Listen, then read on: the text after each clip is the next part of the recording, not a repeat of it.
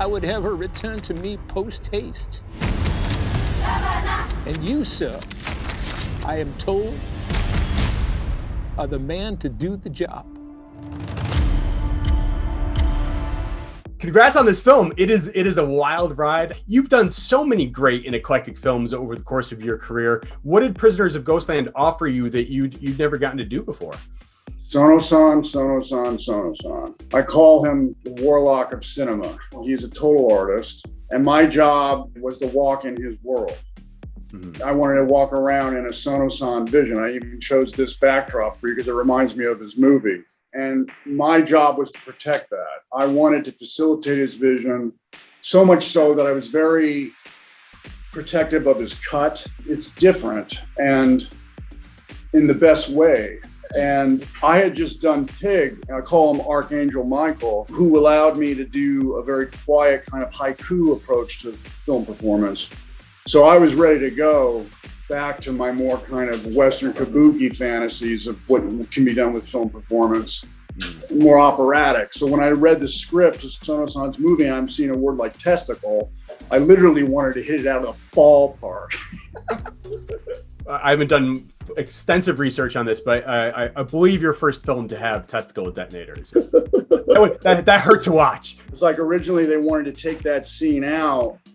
Even my manager wanted to take it out. And I was like, well, no, because it's kind of like what's happening now, you know, and these are dangerous waters, but like sexual assault, you know, that you want to be very careful. You don't want to offend anybody. You don't want to treat women that way. Right. And I think that scene is kind of like a microcosm of the, you know, warning, you know, That's why I thought they should put it back in.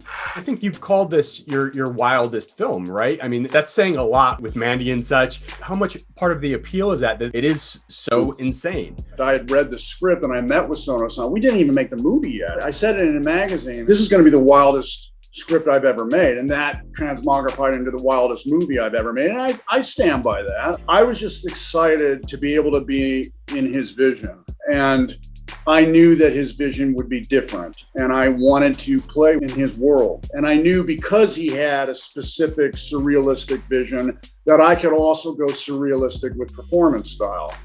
It's no secret that I've tried to challenge the boundaries of what can be done with performance at great risk, but I've been blessed to work with filmmakers that have allowed me to do it. And I knew that his vision would support that.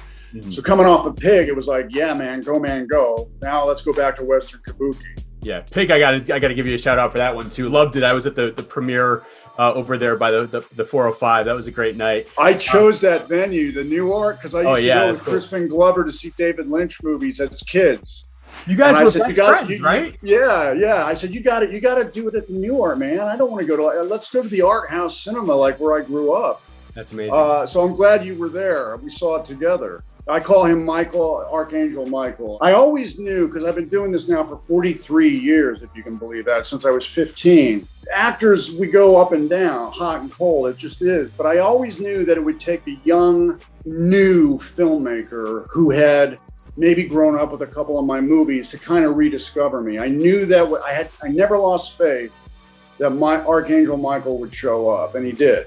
And I'm very thankful for that. And then to get to parlay it into Sono Sono's vision I'm very blessed because I work with great people. I want to ask you about bigger picture for a second, because you are on this amazing run of really eclectic, really inspired, unique, singular, independently produced films. Are you done with big Hollywood studio movies? Are you done with this sort of national treasures? I mean, would you do a Fast and Furious movie, or have you found your lane here? I think I like my lane. I mean, look, it's all about the script and the director. If there's a studio movie that has a fascinating script that I think I have the emotional content to bring it, I'll do it. But I'm very thankful that I've discovered something with my audience together. We've done it together in independent movies. I like the oxygen in the room with independent cinema. I like it because it's not a lot of money and there's more air to try things, experiment, but you got to bring your A game because there's no time and you can't make mistakes. Now, a studio movie, some of those movies like Treasure, they took 6 months to make. I don't want to knock Jerry. I think Jerry did a lot for me.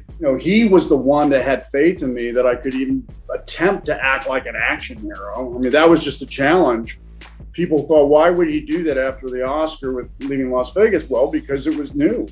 And my job at my age, and it's getting harder, is to stay interested, because if I lose interest, you're going to lose interest. And I don't want to do that. I do not phone in a performance, not once. Even if the auspices around me weren't the best, I always said, not every scene can be great, but I want every scene to be great. But if I can bring two interesting scenes, like an album, like two great rock songs, well, then I'm thankful. And I've been working with people that have allowed me to experiment and play. I couldn't do it without you, so thank you.